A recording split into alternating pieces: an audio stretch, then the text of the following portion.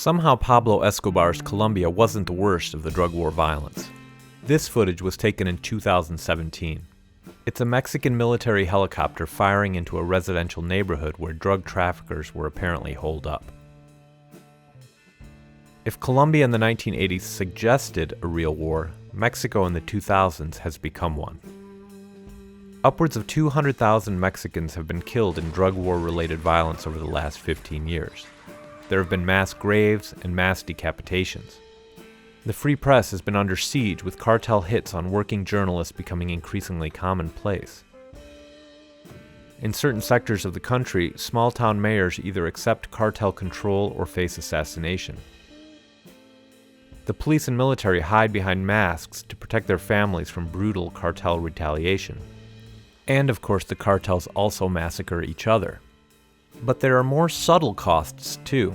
Turf wars in high tourist areas have threatened a key source of legitimate Mexican earnings. Meanwhile, many normal businesses have been forced to shut down. In 2010, for example, 10,000 companies had to close their doors as a result of drug war violence. And the state-owned oil company Pemex loses $1.6 billion a year to theft by these super mafias. And then there are the long-term psychological scars, the orphan children, and the rot of the rampant corruption that massive drug profits facilitate. Once again, this is a story of both unintended consequences and drug war failures.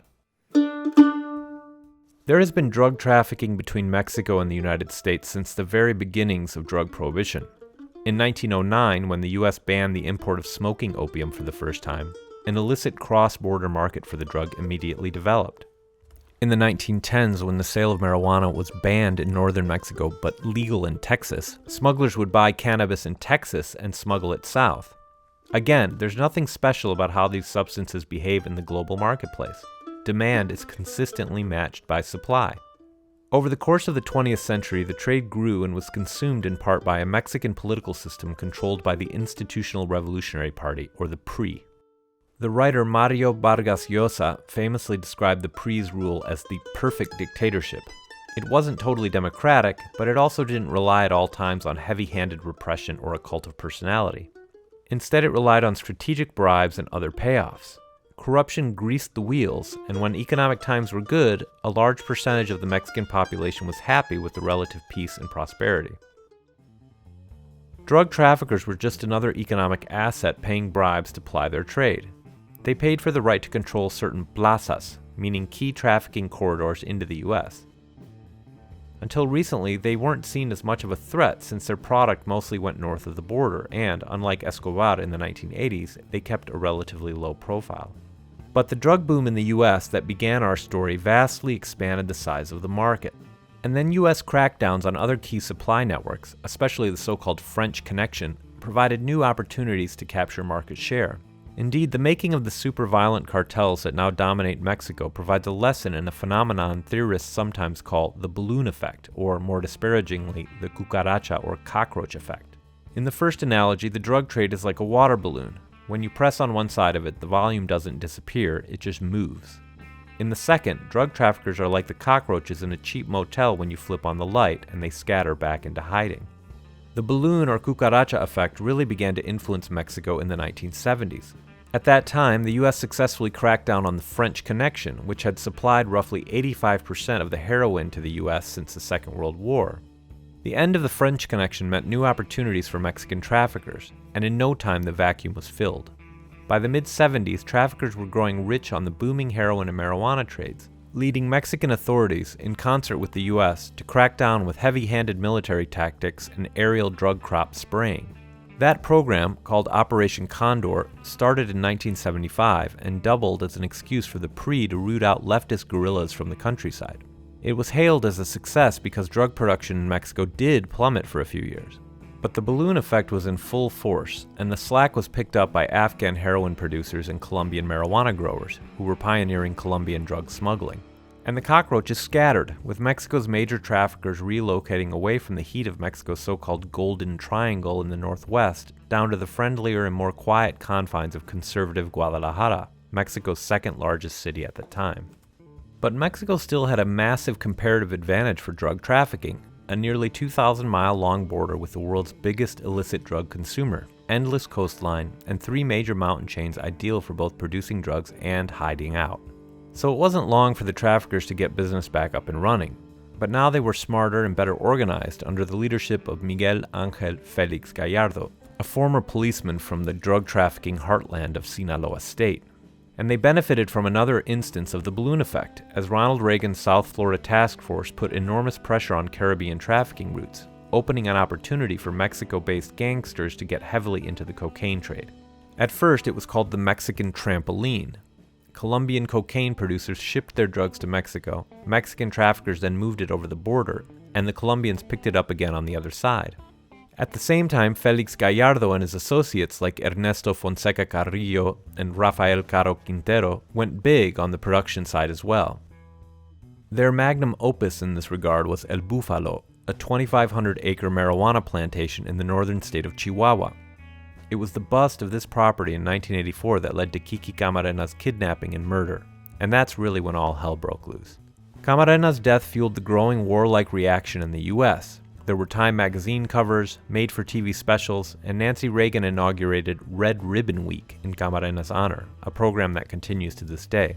It also inspired the arrests of Fonseca Carrillo, Caro Quintero, and Félix Gallardo just as the US was putting extreme pressure on Pablo Escobar's operation in Colombia.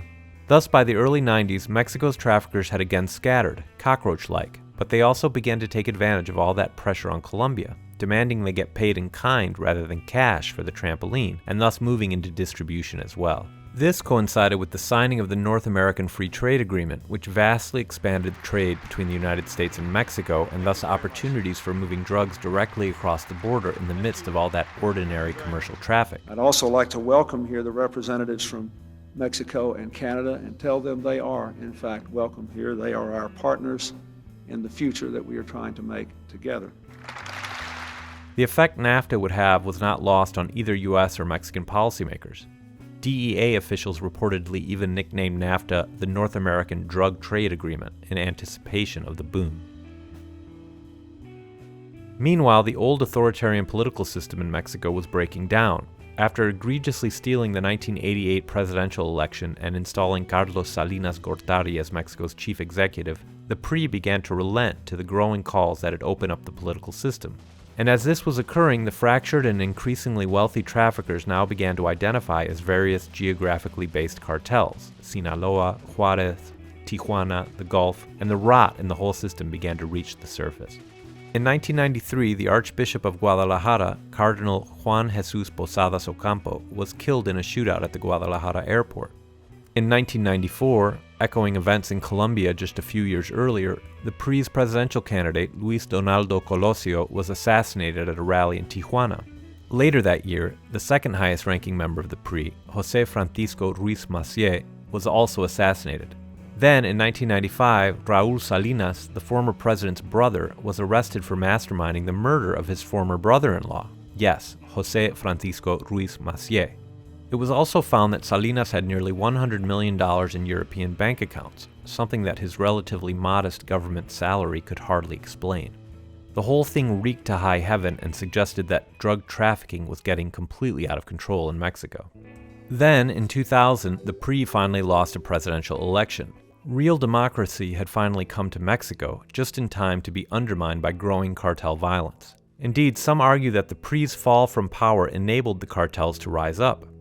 Mexico's new president, Vicente Fox, sought to figuratively decapitate the major cartels by taking out their top leaders in the classic arch-villain approach pursued by the US. But this just inspired more fighting and a transition from gangsterism to paramilitary warfare.